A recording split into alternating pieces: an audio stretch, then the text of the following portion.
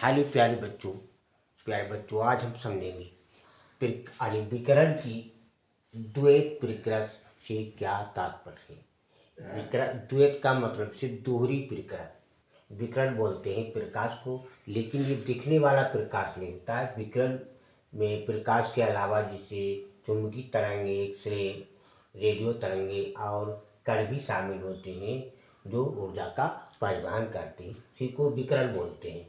तो ये जो प्रकाश होता है, प्रकाश का ही एक रूप होता है।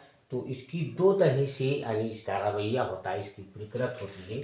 जैसे तरंगों के रूप में चलता है और कणों यानी पार्टिकल जिसको हम फोटॉन बोलते हैं उनके रूप भी उसकी तरह भी कार्य करता है। तो यही इसमें बताया कि विकिरणों की यानी द्वैत यानी दोहरी प्रकृति से क्या तात्पर्य है।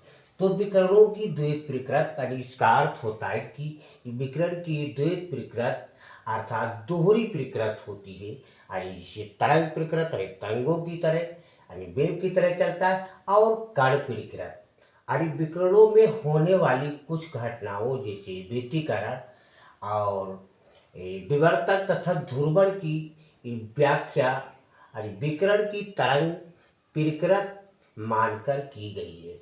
इसके विपरीत कुछ ऐसी घटनाएं जैसे प्रकाश, वैद्युत तथा कांपटन प्रभाव की व्याख्या विकिरण की कण प्रकृति मानकर की गई। इससे स्पष्ट होता है कि विकिरण में दो प्रकार के गुण मौजूद होते हैं। ये एक तरंग वाला और एक कण वाला। तो तरंग जब जैसे प्रकाश कोई फैलता है या मुड़ता है तो विवर्तन व्यतिकरण, और कण तरंग के रूप में हो गया। और कण प्रकृति में जब प्रकाश ऊर्जा के पैकेटों जिसे फोटॉन के रूप में किसी सतह पर गिरता है तो इलेक्ट्रॉन बाहर निकालता है। इसको हम जिससे प्रकाश वैद्युत प्रभाव होता है। तो विकिरणों में प्रकाश दो प्रकार के गुण पाए जाते हैं, उसी को दोहरी प्रकृति बोलते हैं। लाइक्स पर कमेंट शेयर कीजिए।